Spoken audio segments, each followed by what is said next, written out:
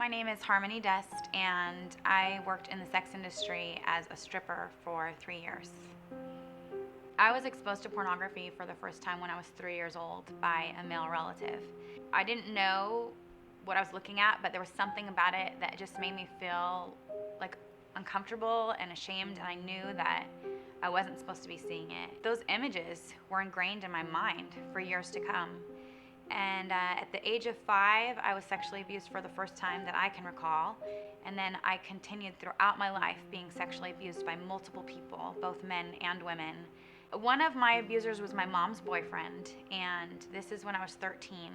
And I told my mom about what had been happening. And actually, I didn't have to tell her because she saw it with her own eyes. I mean, he would come on to me in front of her, and I'm 13. I finally said, listen, either he goes or I go. I can't put up with this any longer. And I ran away from home, and I stayed with a friend for a while and told her family about what was going on. And her mom actually called my mom and said, she's not going back to your house unless he leaves. And so finally my mom agreed that she would tell her boyfriend to leave our house. So I went back home, and very shortly after that, she actually left too. And so she left me at 13 alone with my 8-year-old brother for 3 months to fend for ourselves, and she left us with a book of food stamps and $20. Just, that's it, that's all we had. And it was during that time that I really became connected to one of the older boys in the neighborhood. He stepped in and just basically was like, I'm gonna protect you, I'm gonna take care of you, you know. He would take us and he would buy us food. And I lived in a neighborhood with a lot of gang violence, and so he was just like, if anybody tries to mess with you, you just tell them, like, you use my name. It was what I wanted and was longing for, was just that male presence and that kind of father figure. I just became insanely attached to him and decided that I was going to do whatever it took to keep him from leaving me. And so at 15, I started giving him whatever money I had, and then 17, I was stealing money from the register at work to fully support him.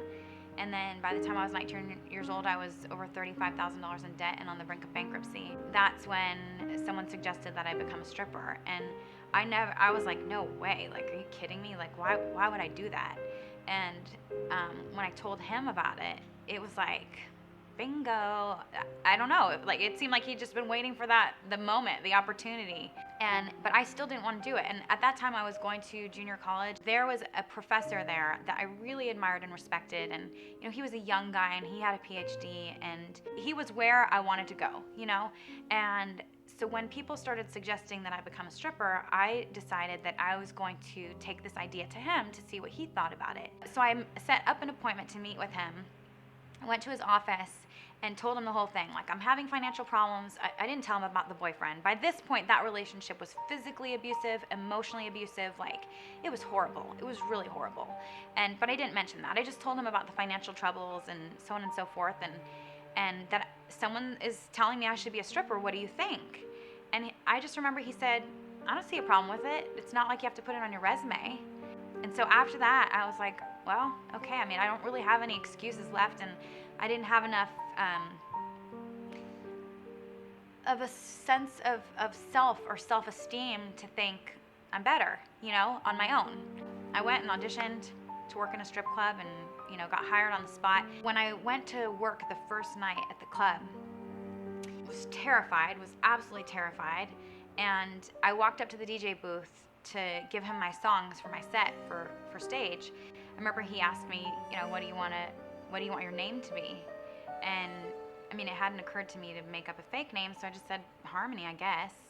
And I remember watching him write on the whiteboard behind him my name in the list of girls that was going to be dancing. And it was just too much for me to see that in black and white like that. And I just said, no, you know, take it down. I'll be Monique. That's basically what I did, is I created this whole character that was Monique. And over time, I became Monique, and I really started to lose sight of who Harmony was. So I worked in the strip club for 3 years, and I mean, I thought I was only going to do it for a couple months, just like a lot of girls who get into this stuff. You know, I just thought, I'm going to pay off some bills, I'm going to get in, get out. I became so stuck there and so angry. And so I signed up for a ballet class. That is where I met my friend who invited me to church. And, I didn't want to go with her. Like, church is the last place I wanted to go. I thought if there was a God, and I wasn't convinced that there was, that he wouldn't like someone like me. So why would I want to go to church? She just loved me. And we'd go to coffee and we'd just hang out and listen to music. And, I was like, she's Christian and she's normal. Like, I don't know what I was expecting, but not her. Just because I got a glimpse into her life and I saw something that was missing in my life. And I finally took her up on her offer to go to church. I thought, well, maybe it has to do with that. Maybe it's that. And so I went with her, and I remember walking in, and I just felt like I was home for the first time. So I didn't know much, but I knew I wanted to keep coming back, and I did. Almost every time the doors were open, I was at church. And so I just started learning about God and his love for me, and just the more I learned the truth, the more impossible it became to live in a way that contradicted it. I was on my way to work at the club, and I had been praying the whole way, like, God, give me a way out, show me. I didn't know how I was going to do it. Like, I was making all this money, and I was giving every dime of it away. I didn't have any savings. I had 2 apartments, 2 cars.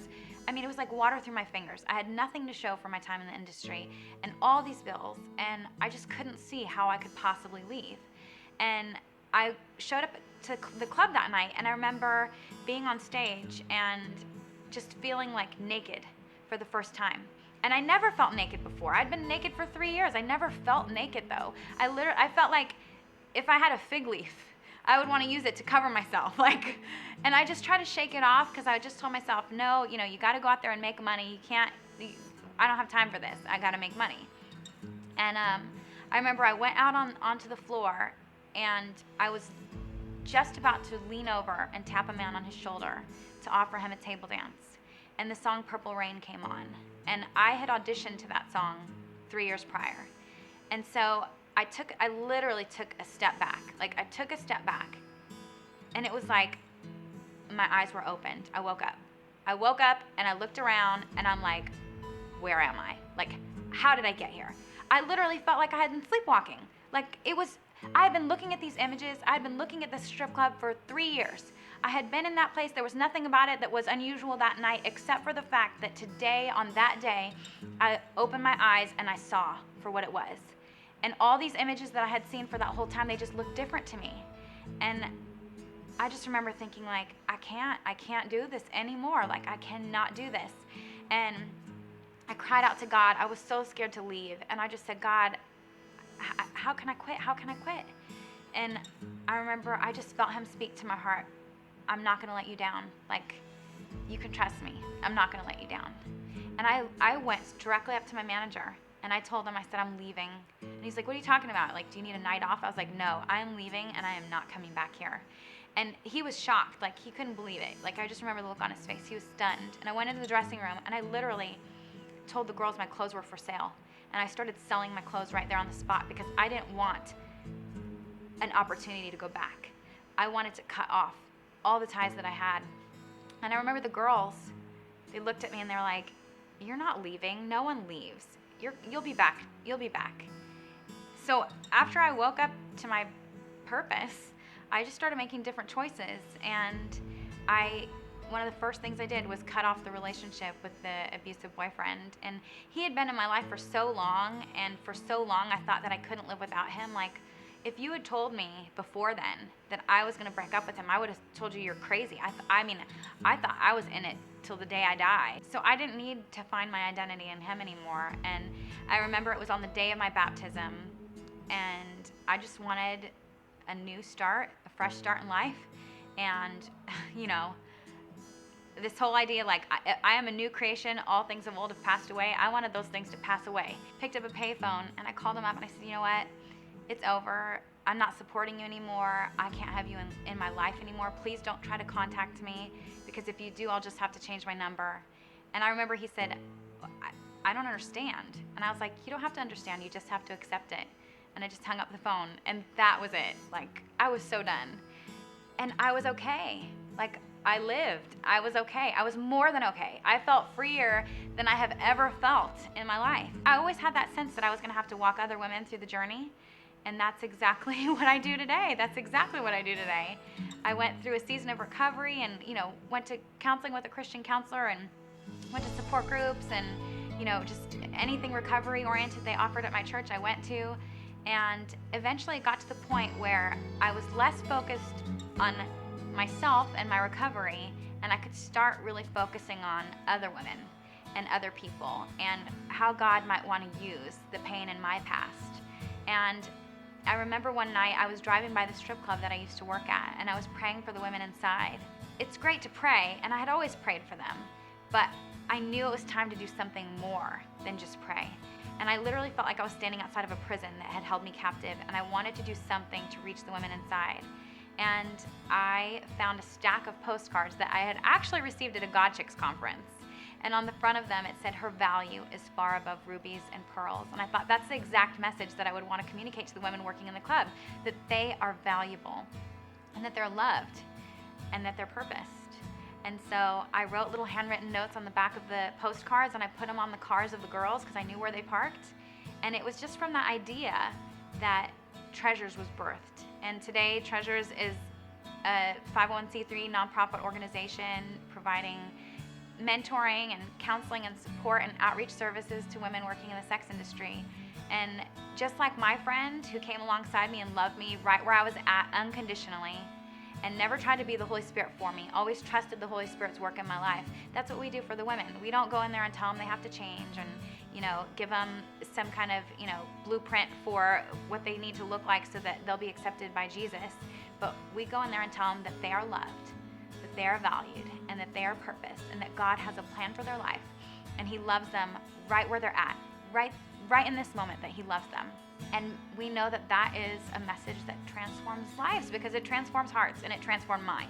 So ironically, the very thing that the enemy tried to use for harm in my life, all the pain, all the brokenness, all the abuse, is the very thing that God has used to qualify me for the purpose that He's called me to. He's using all of that. And I'm not any more qualified than anybody else. Here's the thing: willing and obedient. That's it. Like, the hardest part has been showing up. The hardest part has been doing my part. And God does the rest, but that's the hardest part, is just showing up and being willing and being faithful. If I had to say there's something I could, say for myself, it's that I've showed up and I've been willing. And I've said, "Okay, God, use me." And I think what God can do in a person who says, "Use me," and shows up and stays willing and obedient is unfathomable. It's unfathomable. It really is.